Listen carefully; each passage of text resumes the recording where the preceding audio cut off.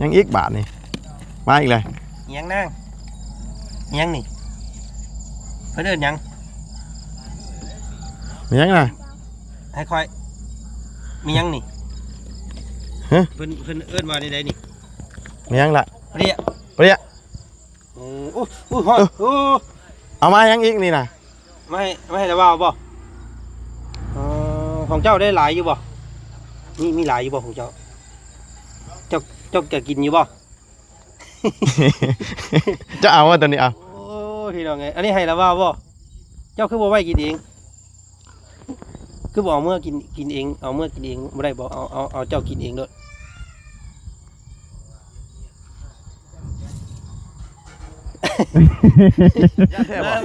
ฮะบ่มันต้องอยู่ใกล้เลยก็ได้เจ้ามานั่นเอาดังคำใดบ่ต้องดังสำนีก็ถือบ่บุญแล้วดังแค่นิดเดียวบุญนะ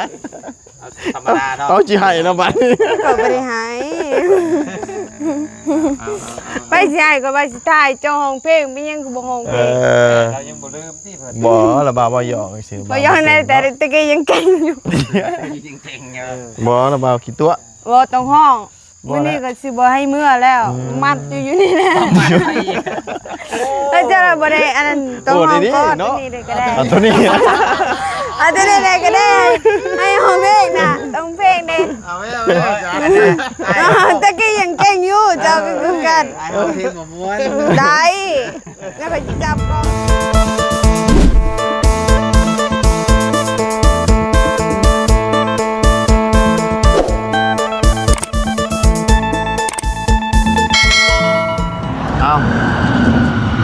โอ้เนาะเสียงรถใหญ่นี่เลนผ่านหูอะไรนี่จนตกใจเบิดพี่น้องเนาะเอากลับมารอบค่ำพี่น้องเนาะหลังจากที่ว่าเอาบงกบเนาะมาส่งให้ทางน้องลังเนาะมารอบค่ำแบบป้าอย่างนี้เห็นว่าจันหิวปรุงตุ้งกล้วยมาพี่น้องเนาะหมูกระทะบ่พี่น้องเนาะเอาไปหมูกระทะกันคือจะเป็นเตาอีกแล้วพี่น้องเนาะครับของอยู่ของกินนั่นแหละเนาะทางประจันเป็นซื้อมาอีกข้างหนึ่งพี่น้องเลยเตาตัวนั้นมันแตกพี่น้องเนาะเอาสบายดีเด้อพี่น้องเนาะพบเจอกันช่วงนี้ก็ถือว่าเริ่มมืดไวแล้วพี่น้องเลยเพราะว่ามันจะเข้าฤดูหนาวแล้วเนาะเพราะว่าฝนนี่ก็บริตก2-3 มื้อแล้วตกอยู่แต่ว่ามันตกแบบไปปล่อยผ่านๆไปนะครับยุดนะพี่น้องแต่ว่าไม่ได้ตกแปลว่าแห้งแต่ว่าคือตะเกาเนาะแต่ว่ามืดอยู่แต่ว่าฝนตกแห้งพี่น้องเลยเนาะเอามือนี่หวังว่าสร้างสิมาดำเนินการเพื่อนซานบ้านซองของน้องลังเนาะเรื่องงบประมาณนี่ก็คือสิมีทางประจันเนาะก็เข้ามาเพิ่มอีกแล้วพี่น้องเนาะคือเก่าคือเดิมแล้วพี่น้องเนาะเพราะว่าวันนี้นี่จะว่าครบตามจำนวนแล้วประจักษ์พี่น้องเนาะยอดที่ว่าสร้างเงินสร้างซานของน้องลังเนาะเอามีแต่ว่านี่แหละไปเบิ่งยามค่ำยามแรงน้ำกันพี่น้องเนาะช่วงค่ำแรงเนาะคนก็มาแต่เฮ็ดเวียกเวียกจีนเนาะไปชาวพี่น้องจังไดก็ไปเบิ่งน้ำกันเด้อพี่น้องเนาะยังอีกบาทนี่มาอีกเลยยังนั่งยังนี่เพื่อนเอิญยังมียังไงให้คอยมียังนี่เพื่อนเอิญมาได้นี่มียังละเปรี้ยโอ้ฮอดเอามายังอีกนี่นะไม่ให้ระว่าบ่ของเจ้าได้หลายอยู่บ่มีหลายอยู่บ่ของเจ้าจะกินอยู่บ่จะเอาว่าตัวนี้เอาโอ้พี่น้องไงอันนี้ให้ระว่าบ่เจ้าคือบ่ไว้กินเองคือบ่เอาเมื่อกินเองเอาเมื่อกินเองไม่ได้บ่เอาเจ้ากินเองด้วย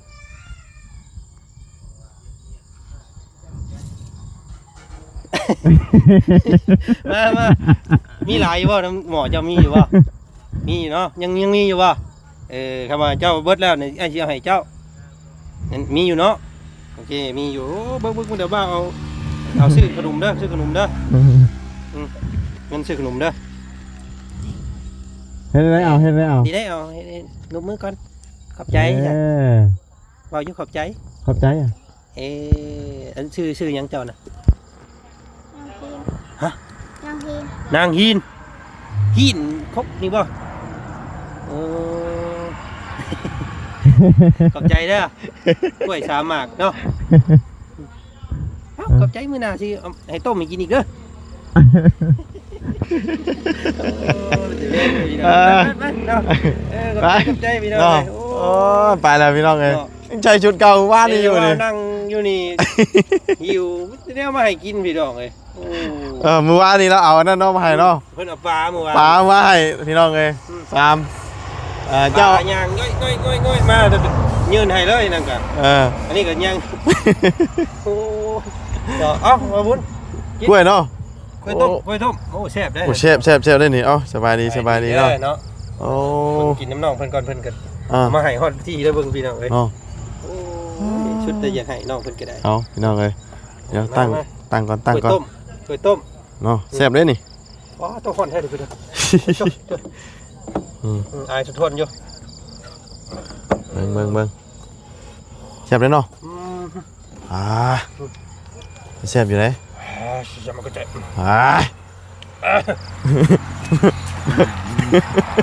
บ้า เอ้าเห็นว่าเรากินแล้วกะเฮ้ยจ้ะว้า เฮ็ดเลยเนาะแซ่บโอ้แซ่บหลายน้องเอ้ยขอบใจเด้อ เอากล้วยมาให้ มาให้ ฮอตมือวานนี่เอาปลามาให้เจ้ามาให้บ่เจ้าไว้นอกเจ้ามาขายบ่ยังเลยเจ้าคือบ่กินเอง จับมือเลย จับมือเลย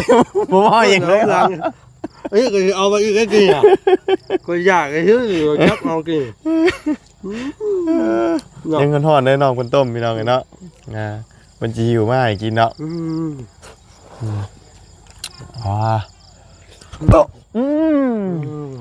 หวานเลย ครับแอมเลือก จับได้ ใจเด้อจนค่ำจนมืดพี่น้องกันอยู่นี่เนาะ เอายังว่าให้เพิ่นหมูกระทะบ่ บ่เอาเตา บ่ ซื้อเตาเห็นมันแตกพี่น้องไงจะซื้อเตามาทดแทน เกี่ยวกับหมูกระทะนะคือเห็น ทาง หมู เม กระ ย์ ทะ เพิ่นว่าให้ซื้อเตาดีๆใหญ่ๆให้เลยพี่น้องซื้อมาใหญ่โพดบ่ ต้องให้เพิ่มหม้อเอาเนาะหม้อน้อยใส่ก็เอาเด็กเอาหยัง เอาเคียง ค้ำเอา เอาเคียงตั้ง ใส่เนาะ เคี เคี ย ย ง งตั้งใส่ เคียงตั้งใส่ก็ได้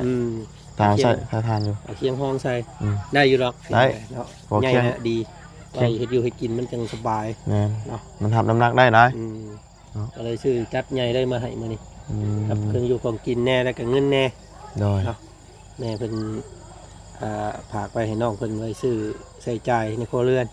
ในยามจำเป็นเนาะต่อหืดก็ยาให้พ่อสังเกตเอาไอ้แม่เพิ่นเนาะ โดยอันเรื่องงบนี่มาครบแล้วบ่บัดนี้ มาเพิ่มอีก6.5 ล้านเมื่อเช้านี้พี่น้องเอ้ยเนาะก็ต้องขอขอบใจทั้งพ่อใจดีพ่อใจบุญคือเก่าพี่น้องเอ้ยเนาะก็อาจจะพอแล้วสำหรับ ไม่ใช่ล่าบ่ ไมซล่าเนาะก็รุ่นเบิ่ง อย่างอื่น เครื่องอื่นบาดนี่ วันพับบ่ อันนั้นบรรพับมันยังทางลุงหนอดบ่ได้ยังบ่ได้พอบ่ยังบ่ได้ซื้อบ่ บ่มีเดี๋ยวได้หรอว่าเบิดล่ะ ได้แต่ใบกับวงกบ แม่น เบิดได้ เอาจ้ะ วงกบเก้าวงบ่เก้าวงเนาะ แม่นเก้าวงทั้งหมดเลย เห็นห้องเดียวแล้วว่ะ เป็น2ห้องเป็น2ห้องแต่ว่าเป็น2ห้องได้แต่วงยืนมัน2วงเลยเด้ เฮากั้นแบบนี้จ้ะ กันคือเฮือนน้องบุษบานี่นะชมมันนะ แต่ตัวนี้ก็สิเป็นระเบียงนั่งแล้วก็ใส่ข้างนี่คือเก่าแต่ว่าห้องนี่น่ะเป็นโล่งเลยนะห้อง โอ้แบบว่าไง ย่างขึ้นนี่ ว่าไง ช่องตัวแอล แบบเดียวกัน แม่น เพื่อนบุษบามีห้องเดียว 2 2บ่จ้ะห้องเดียว ห้องใหญ่นี่ตัว มันก็ได้แล้วถ้าว่าแบบตัวกั้นน่ะนะเป็นห้องเดียว แม่น แต่ว่าแม่นแล้วมันก็เฮาอยู่ออนไลน์คนเนี่ยมันต้องแบบนี้ แม่น ถ้าสิเอา2ห้องตัดโดดมันแคบ มันแคบไป มัน ก็เลยประยุกต์นิดนึง เพราะว่าอยู่ เปลี่ เป็ ย น นแปลงนิดนึง ครอบครัว ก็เลยเฮ็ดห้องนึงเนี่ยมันใหญ่ แม่น แต่ห้องนึงให้น้องเพิ่นเฉพาะอันนี้ แม่นเนาะ ส่วนเพิ่นเอาลูกเอาผัวลูกเมียก็เพิ่นก็กายเอาเองแหละเนาะ แม่น คุมตารางเฮ็ดไป ก็แนวมันแน่ ก็ ตัวนั้น สิอยู่ เนาะ แตะหมอกเก่าก็บ่ได้แล้ว คนเรามันก็ต้องพัฒนาไป เติ แล้ว ม เนาะ เอาเองนะพี่น้องเอ้ยทำนี่ก็โอ้ยเนาะเบิดหลายเติบได้พี่น้องเอ้ยเนาะเดี๋ยวบ่จันสิรวบรวมว่างบเบิดเท่าไหร่ในเฮือนหลังนี้นะมันพอคิดได้อยู่เนาะบ่จันจดไว้อยู่พี่น้องเอ้ยสิเบิดอยู่ประมาณ100นี่แหละ100น้อยๆ100กว่าล้าน โดย เนาะเพราะว่าอุปกรณ์มีหยังแพงยามเลยพี่น้อง แม่นอยู่พี่ เดี๋ยวสิรวมให้เบิ่งเดี๋ยวกัน อยู่พี่ยิงเพลงอ่าน3หมากพอดีเรากินนี่เชฟมันรุดปากกินนี่ ก็เสร็จพี่น้อง บ่กินอ่ะเนาะน้องหน่อยเพิ่นเอามาให้คือเก่า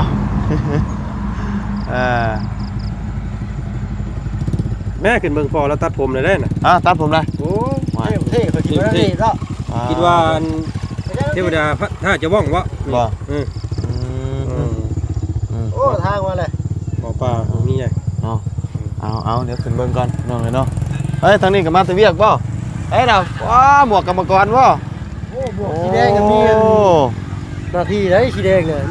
ขาวสีเหลือง โอ้เป็นตำแหน่งบ่ เป็นแล้ว โอ้ สีคนละตำแหน่งไหน อันนี้คืออ้ายเพิ่นมาแล้วพี่น้องเนาะมาแต่เวียกเนาะทางพี่น้องเอ้ยเอาเดี๋ยวขึ้นมาเบิ่งทางนี้ก่อนพี่น้องเอ้ยจังได๋ปาโตทางขึ้นลุยอันว่าเฮใส่คักมันยังบัดนี้เนาะข้างแล้วนี่มันจังบ่มื่นฝนตกโอ้ฝุ่นเนาะสิเฮ็ดกินยังหั่น อุ้ยปิงป่าเลยนะนุ้ย ปิ้งปลาบ่ โดย โอ้ขีนบ่ออกก็ได้มันคักคือหยังนี่ ฮะ ปิ้งเลย มันบ่ แซ่บเลยปิ้งคาขี่น่ะสิเฮ็ดเจียวบ่เฮ็ดเจียวขมบ่ พอนะเอาก็มักคมกันไร บ่ เอาจะปีนี่เท่าเนาะ อ่า ปีเขาคิดอยู่เลยไปปีก็ ปิ้งมันเลยกินแซ่บคือหยังนี่เนาะเนาะทางนั้นหากันมาพี่น้องเอ้ยเอาเนาะพอดีว่าทางนี้หากันมาแต่เวียกเนาะทางกระทั่งเนาะได้เต่าใหม่นี่เนาะคักกะดีนี่ใช้มาเบิ่งทางนี้ก่อนนี่ไฟสว่างสวัยแล้วแบบนี้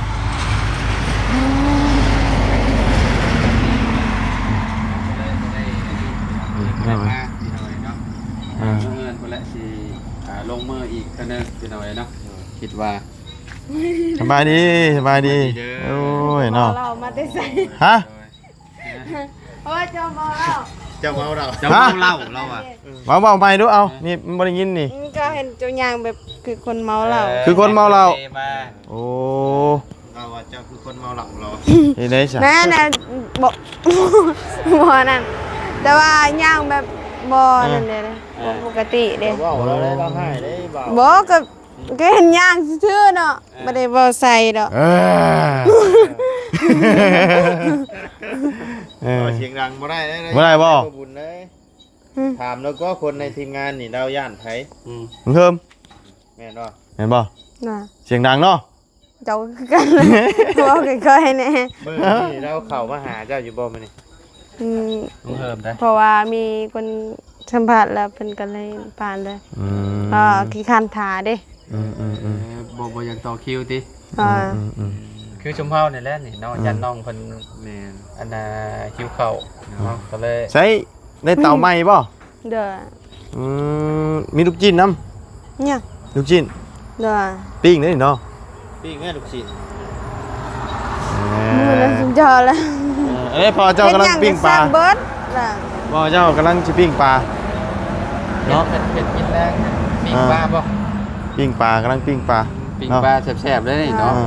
เนาะ โอ้พี่น้อยเนาะคักเด้ปิ้งปลาเฮ็ด เราเดือดตา เรื่องบ่ลัง เดือดตาบ่ เลือบและ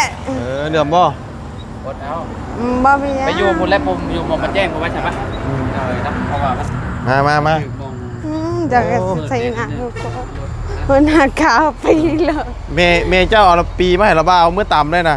ไปได้ นี่ โอ้ตำใส่บักนาว ใช่จะมาจะอยากแบบได้ เนาะตำใส่บักนาวคักเนาะ ชิเมื่อต่ำมาเนี่ยแล้วนี่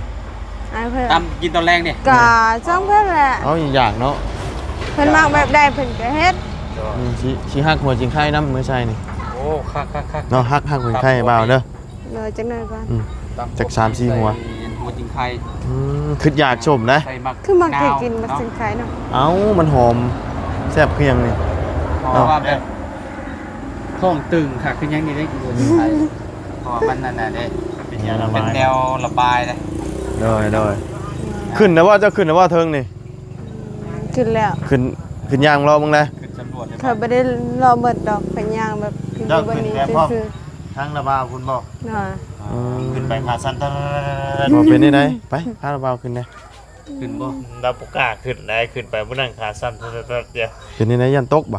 นั่นแหละ ต้ โต องปูแป้นเบิดก้อนขอให้น้องสำรวจ บ่ละ ย่านนะครับ ยันตกบ่ นั่น ยันตกอันนี้เฮือนนี่บ่ เนาะ ตกเฮือนแอวของอายเกือบหักมันมี เพลงชื่อนะ มันมีเพลงของมัน สมัยนี้คงบ่ได้เพลงแล้วแบบนี้ ฮะ สมัยนี้เพิ่นมาพังบอก เด้อ มันบ่พัง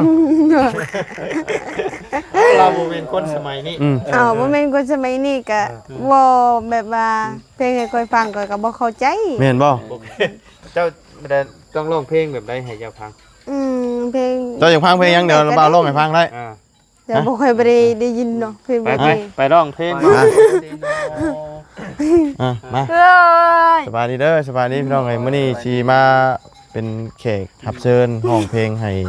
ทางน้องรังฟัง พอแล้วบ่ เนาะ ต้องเอาก็ได้แล้ว เอาเจ้าบ่อยากพังบ่ว่าเสียงดีได้ ลงล่าง อย่า เออ ว่าเราบ่เพลงมัน ฟังเลยนะ ฟังเสียง ฟังก้อน ฟังก่อนหัวอย่าเฝ้านะอย่าเฝ้าปฏิเสธเว้ยเนาะ ฟังกับฟังซะ เออไปเซโน พอแล้วบ่ต้อง ฟังดีๆฟังดีๆ เออ เอ้า เอา ว่าก็พอแล้วนะก็อยากว่าเบิ่งเด้อทางไงฉันได้ยิน ขนาดน้อ